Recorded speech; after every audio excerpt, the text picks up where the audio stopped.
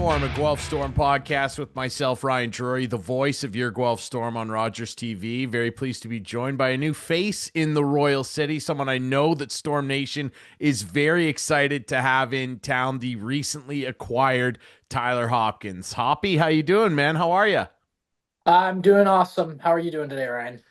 I'm doing great, man. And like I said, everybody in town is really excited that you're here. Obviously, it was a big trade that was announced before the new year, obviously, with Alex McLean heading the other way and you coming to Guelph. I guess first things first, tell us a little bit about how you were feeling when you found out about the deal and knew that you were coming to the future hosts of the Memorial Cup next year. I'm sure that was probably pretty exciting.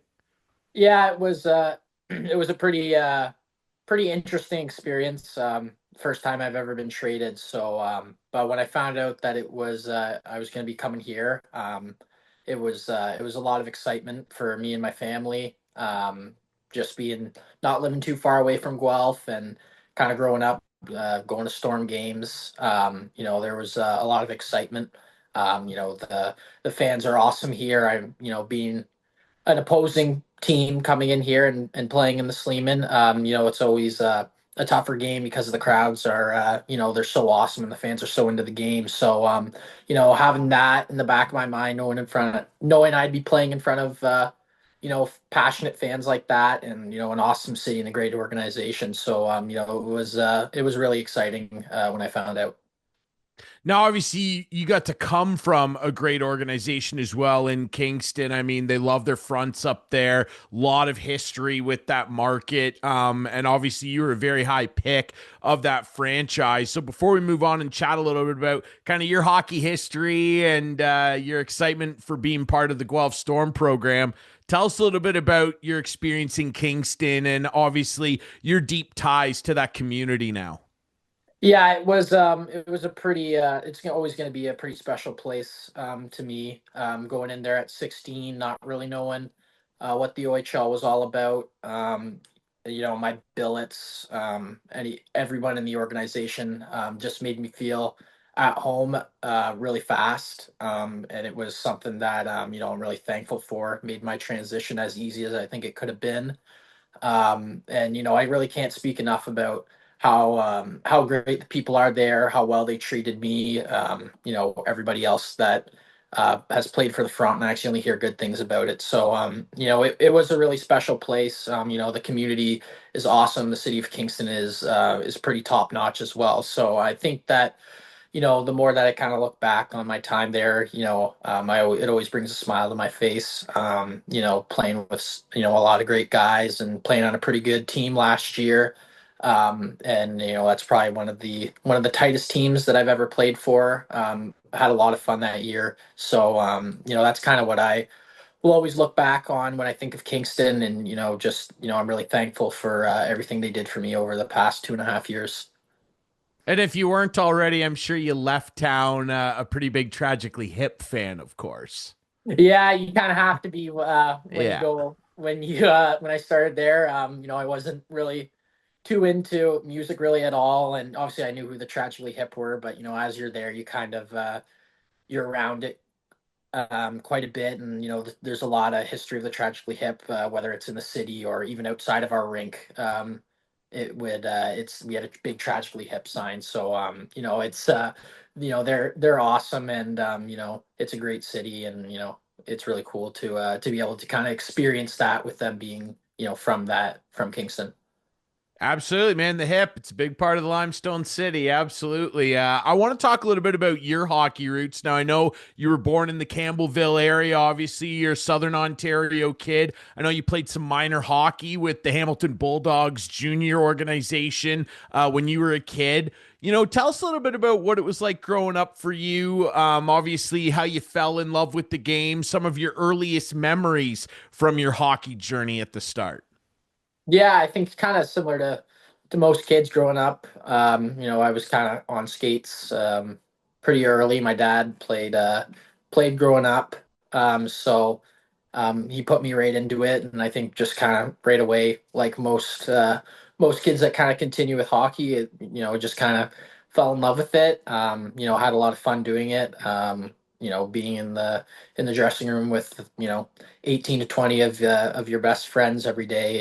It's a lot of fun kind of growing up. You go to school and go to the rink, and it's a lot of fun. So that was kind of the biggest thing that kind of got me into the game, and kind of kept me in it, was being around a lot of friends, and it was always a lot of fun. So I think that was kind of the first kind of thing that kind of got me hooked into the sport, was that. And then obviously the aspect, hockey's a pretty fun game. So I'd say those two were kind of the two big things that I kind of made me fall in love with the game. In terms of growing up, obviously you mentioned your dad played, got you into it. Any kid that plays hockey in this country, your parents, your family are going to be a huge source of support in terms of sending you off on your journey through the game. When you look back on your younger days playing all the way up through minor and starting to get some looks from OHL teams leading into your draft year, who are some people along your journey outside of your family who obviously had a huge influence on you? Who are some people along your journey in your younger days that you'd maybe like to give a shout out to that had a big impact on your career, Tyler? Um, there's quite a few. I'd say my minor hockey coach, Daryl Giancola. He would probably one of the biggest ones. He kind of taught me a lot about being a leader, how to be a leader, kind of a little bit more on the outside of hockey. Obviously, taught me the hockey stuff, the X's and O's and all that. But I think the biggest thing was trying to teach me how to be a leader at a younger age, and learn what that kind of looks like. So I'd say he's probably one of the most influential people that I like, especially being at a young age. Kind of you know teaching me things that I don't think a lot of other coaches probably would have taught me. And I'm really close with him to this day. Talk to him quite a bit. So I'd say he's probably the biggest one that has kind of pushed me along, and kind of improved not only my hockey side or my hockey skills or anything like that, but just being a better person, and learning how to lead. So, like I mentioned, you spend some time in minor hockey with the Hamilton Junior Bulldogs program. And then when you get into U15 and U16, you played a pretty prominent role on two pretty good Halton Hurricanes teams, one of which in U16 you were the captain of. You had sparkling seasons, well over a point per game in both those campaigns, including 37 goals in your OHL draft year. What do you remember about playing for that Halton program? It's churned out a lot of good players over the years. It's one of the better youth programs in our area, I would say, nowadays. What was it about playing for that program that you feel helped you along this hockey journey so far? I think kind of like I mentioned there before, Daryl Giancola was kind of one of the big things. He kind of knows how to bring a group together pretty well. So I think he was one of the big kind of pieces of kind of why I decided to play in Halton. Also, is a lot closer to where I live, which is another thing just for my parents. Just easier to get to the rink. But I think he was a pretty big reason why we did so well. And obviously, we had a lot of good players that kind of came in, and we all kind of gelled pretty well together, and kind of formed as one. And I think that's kind of why we had so much success, yeah, at the end of our minor hockey kind of careers. Quite a few guys have been able to kind of move up the ranks, and a lot of us are playing in the OHL now. So I think that just kind of pushing each other every day, in practice, or in the games and stuff like that, and staying together and trying. Everybody was rooting for each other and wanted everyone to do well. So I think that was kind of the environment that we created, and was something that was really special there. I know that year as well, you did get into some playoff action with the Hamilton Kilty Bees program, and then you're into your junior hockey career. You're into your rookie season where you had 13 points with Kingston. Eventful year for you as well. You got to represent your country at the World Under 17 Challenge, which I know worked out very well for Canada. And of course, that was followed the following year by going to the Holinka Gretzky, which also worked out pretty well for Canada. You were part of two really special teams that won it all. When you think back on that and the international experience you've been able to have, what did it mean to you to be able to pull on a Team Canada jersey? Yeah, obviously it's a pretty unique feeling to be able to represent your country on a national stage. It's something that is it's there's nothing really like it, and I think I learned quite a bit from that. You're not only representing yourself and your parents, but you're also representing a lot of people across the country that love hockey. So I think that every time you get that opportunity to do that, it kind of comes with a little bit more weight, and is a really special thing. And I know a lot of guys, including myself, it's something that they'll never forget, and something I'll never forget, being able to do that, and hopefully a few more times in the future. Yeah, I would certainly say so. I think you're in line for that with how well you've represented Canada already. Obviously, last year you have a career year, 51 points, 20 of those were goals, and then getting to participate in the Holinka Gretzky. This year, you get a letter stitched on your jersey in Kingston before you move over here. I'm curious, this is the best junior hockey league in the world. I think you would agree, Tyler, and you've had some experience now when you were a young kid and you were turning 14, 15, getting toward OHL draft age. When did it start becoming apparent for you that you were, maybe a little further ahead of some of your peers that you grew up playing with, and you start to kind of having, you have to adopt a bit of that pro mentality, taking care of your body, doing things the right way? When did those habits start kind of creeping in for you and just became routine? Yeah, I think that would probably when I was 15 or 16. I kind of, you start to learn, and you kind of see a lot of the NHL guys online, how they take care of themselves. And, just in the world that we live in now where social media is so kind of involved in everything, you can see how, the best players prepare. And so I think that a lot of that was kind of one thing that I did, was just kind of seeing what the NHL players are doing and how they're preparing for certain things, and kind of tried to use that, to prepare myself as much as I could to do as well as I can. So I'd say probably when I was about 15 or 16, that kind of creeps in, and then obviously the farther you go up, it's every day. It doesn't matter. Where you are, you're always taking care of yourself and trying to elevate your game as much as possible in any way that you can. I know a big part of that, Tyler, and I know certainly for guys of your age and people of my vintage, I'm only kind of a generation behind you. Is video and social media is a big part of that. Watching highlights, and I'm sure just like me and my friends did, you and your friends probably spent quite a bit of time on YouTube looking at guys' highlights, trying to pick up little tricks of the trade, if you will. Were there a couple players in particular in the NHL that you really liked to watch that you tried to kind of pick some stuff from their game and incorporate it into yours?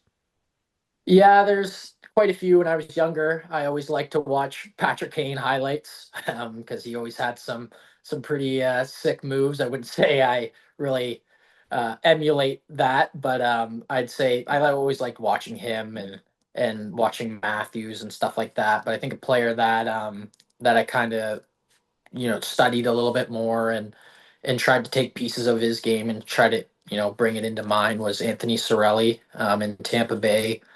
Just kind of the way he plays, try to emulate that two-way play style, and still to be able to provide offensively. So I think that was kind of a guy that I kind of looked at more on a deeper level versus just kind of watching the flash and dash that some other guys have. So I think he would be one guy that I kind of look at, and try to kind of emulate in myself.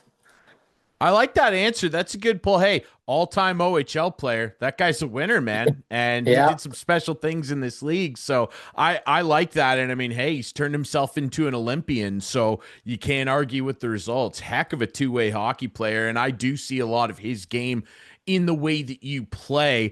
And I guess on that note, I'd ask you, I kind of, when I have guys on for the first time on the show, I kind of like to get their take on how they play and what they bring to the ice. So for people who maybe haven't been able to get down to the Sleeman Center and see you in a Storm uniform yet, break down for us the way that you like to play the game and what you feel you bring to the ice when you go out there. Yeah, I think the biggest thing in my game is probably my hockey sense and my skating ability. Those are kind of two things that I try to bring every night to transport the puck down the ice and make smart reads off the rush or break pucks out in the defensive zone. So I'd say kind of like a two-way forward that you know um, is responsible in their own zone, but still tries to create offense when I'm able to. So yeah, I think that's kind of the player that I try to be. And yeah. I think we've noticed that a little bit, Mark and myself. In your short time here, your defensive zone work rate is really incredible. It's fun to watch, and I think it leads to a lot of great transition game too. And one thing that stuck out in particular, your first home game at the Sleeman Center, which I'm sure was exciting for you, and you guys got to wear those alternate jerseys, of course, the Royal City jock straps, and Mhm. you guys swept that weekend. One thing I noticed right away was the one timer you uncorked on the power play. I mean, that's something that I think Guelph's power play has been missing a little bit at times. And that shot really got our attention. I think it got everybody's attention in the arena. Is that something that you've worked on a lot, that one timer? Because, when you let that go, we kind of knew a little bit about your game prior, but when you let that one timer go, we thought that more of that. We could use some more of that. Yeah, I think it's something that I've always kind of worked on as a kid. Ever since I was younger, I had a net in my basement, and I always liked shooting pucks. I thought it was fun, so it's just something that I did growing up and kind of continue to do. And yeah, I think it kind of over the years I've started to kind of fine tune certain aspects of shooting the puck. And obviously, hitting a one timer is a pretty important one. So yeah, I think there's a little bit of work that's been put in onto that, and still plenty to go to make it a little bit better. It looks pretty good already. We like it. We like seeing it. Um, one thing I like talking to guys about their equipment preferences, what they do. And one thing I noticed about you right away was the stick tape. You don't see a lot of exposed toe anymore. A lot of guys tape the whole thing now. I noticed right away you've kind of got that old school kind of Joe Sakic tape job. What inspired that, and why do you like taping it that certain way? And do you ever switch to black, or are you just straight white? I always tape my stick white. I've never really taped it black. Just kind of growing up, I think it just looks better. But in that kind of tape job, I don't tape my stick like that very much. I have whatever the last month and so that I've been here. I was just when I was in Kingston, I was hurt and with my wrist, and I couldn't really feel the puck very much with the full kind of blade tape, and I thought I would just throw a couple strips on it, just so I could feel the puck a little bit better, and it just kind of it kind of stuck, and I've been using it whatever the past month and a bit. It looks good. Like I said, it stuck out to me right away. I was like, "Hey, look at that exposed toe. I like it. It brings me back to my childhood when nobody was taping the toe of their stick. It's kind of a new school thing."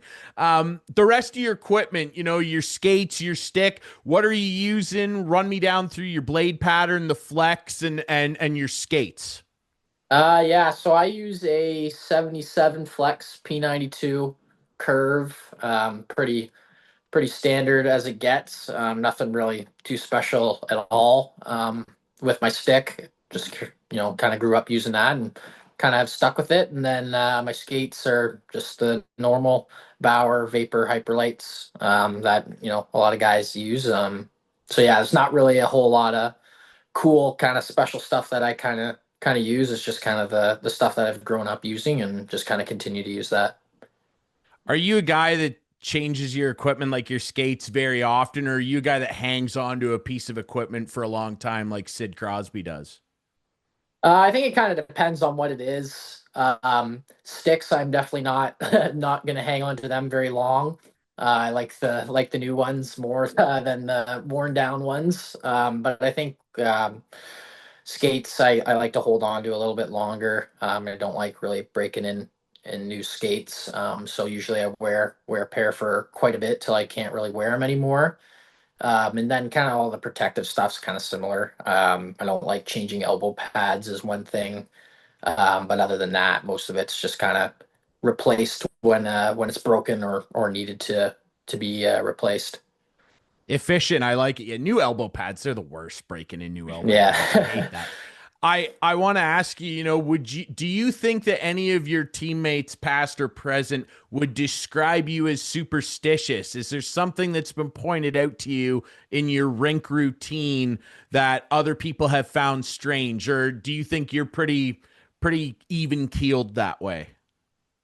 Yeah, I think if you talk to a lot of guys that I've played with, I think they would tell you I'm not very superstitious at all. Okay. I kind of just kind of go with the flow. Uh, I wouldn't say there's any certain thing that I have to do before a game to be prepared. Maybe just taping my sticks is kind of one thing that I always do. But other than that, not really anything too crazy. Walk me through a typical game day routine. You're getting ready for a big game at home. What's your day kind of look like?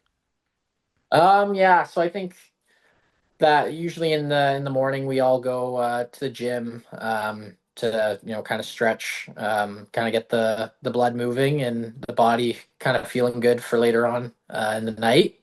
So usually we'll do that around 10, and then usually we'll go out, grab some breakfast after that, eat, and then come home, have a nap, and then throw on my suit and go and head to the rink for about 4:30, and then kind of go through all the game day stuff, the power play, PK, 5-on-5 kind of things that we're trying to do that certain night to try and win. And then at 7 o'clock, we step on the ice and it's game time. So nothing really crazy that goes on. That's kind of the game day kind of schedule for all of us on the Storm. Don't mind it at all. Plain Jane, I like it. If it gets the job done, nothing fancy required. Given where you grew up, Tyler, I have to ask, did you have a favorite NHL team growing up? Am I safe in assuming it might be blue and white? Yeah, you'd be pretty bang on. Okay, well, I need to ask because, of course, something very significant happened in your career, maybe the most significant thing so far, and that was last year getting drafted in the third round by your Toronto Maple Leafs. And I'm sure that, look, I mean, you guys all want to get to the NHL. Getting your name called by any club would be incredibly special. But for you, got to have an extra layer of special on that, having your name called by the Leafs. What was that like for you and your family to experience that, man? Yeah, it's something that I don't think any of us are ever going to forget. Obviously, growing up, me and my dad especially, always watched um, Hockey Night in Canada, and it was always watching the Leafs every time they were playing. So I think to obviously getting drafted by anyone, like you said, is everybody's dream. But the fact that Toronto was the one that called my name is really special. And to be able to have that with me, it's obviously something that I'll never forget. Especially because it is a team that I grew up rooting for. Yeah, pretty special, I'm sure. I think that was probably a loud household and probably a fun family get together with extended family and friends too. Incredible stuff, and congrats on accomplishing that. I think you're in line to have a very great pro career. But before you get there, obviously the big news that dropped in Guelph this year, just before you ended up coming to town, is that the Memorial Cup is coming to the Sleeman Center next season. As a junior hockey player, I mean, it doesn't get any bigger than that outside of the World Juniors. But in club competition, the Memorial Cup is the thing. When you look forward, and I know that, you guys always just kind of want to focus on the next game, what's in front of you, making the playoffs this season. But when you allow yourself to kind of look forward and say, I'm going to have an opportunity to play for the Memorial Cup next year, what kind of goes through your mind, not only for yourself, but for you and your new teammates as well? An incredible opportunity ahead of you guys. Yeah, it's really exciting. Like you kind of mentioned there, it's really a once in a lifetime opportunity to be the host of the Memorial Cup. So I think that for all of us, it's just the excitement, and I think that all of us are going to put everything we can um, in that season and in the summer going into that season, everything that we can to put ourselves in the best position to win it. And obviously, Guelph has quite a lot of history, in the Memorial Cup, and for us to be able to bring one home in Guelph, I think would be something that a lot of people would never forget, and kind of have your name, to have all of our names kind of etched onto that trophy, is something that all of us are willing to do anything to do that. Absolutely, man. And I can't wait. It's going to be an incredible year. A lot of hockey to play before that. But like I said, everybody's so excited to have you in town. Before I let you go, I like to ask everybody now, you mentioned earlier you're not a huge music guy, but I do want to know, like, do you have a preferred artist you like to maybe listen to before the game? And I'm sure you've already discovered this dressing room's very country. The boys love Yeah. their country. Do you kind of fit in with that? Do you have anything in particular you like to listen to get pumped up, or are you right in there with the country vibes? Yeah, I think I'm pretty in there with them. I don't really battle them on that. I like the country music. I wouldn't say there's really a specific person that I listen to the most. Probably Morgan Wallen would be the number one kind of guy. But yeah, I'd say he's kind of the one guy that I listen to probably most frequently. There you go. I need to ask you because I ask everybody, if the Storm let you pick a goal song, is there one that springs to mind?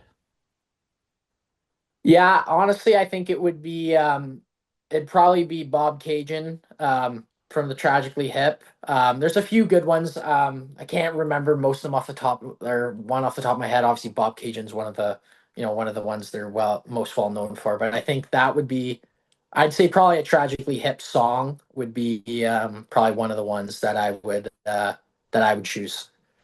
I that's maybe the most interesting answer I've had because Bob Cajun's kind of a somber tune. It's a little chill. But if it kicked in at the chorus when you buried one top cheese with that one timer, everybody would get singing it because they all know the words. I like that. That's a Yeah. good answer, man. I like that a lot. Well, dude, I really appreciate you coming on the show. Like I said, everybody's so excited to have you in the Royal City. You've already made a big impression on everybody. Congrats on coming over. We really appreciate this. And best of luck the rest of the way, man. Thanks for doing this, Tyler. Thank you. I appreciate it, Ryan. Absolutely, buddy. All right. Remember, you can find this show on the Guelph Storm website, all your favorite podcast apps, YouTube. And if you want to come down to the Sleeman Center, and you should, and watch Tyler Hopkins and his Guelph Storm teammates, you can get tickets on the Guelph Storm website and the box office at the Sleeman Center. We'll be back next week with more Eye of the Storm.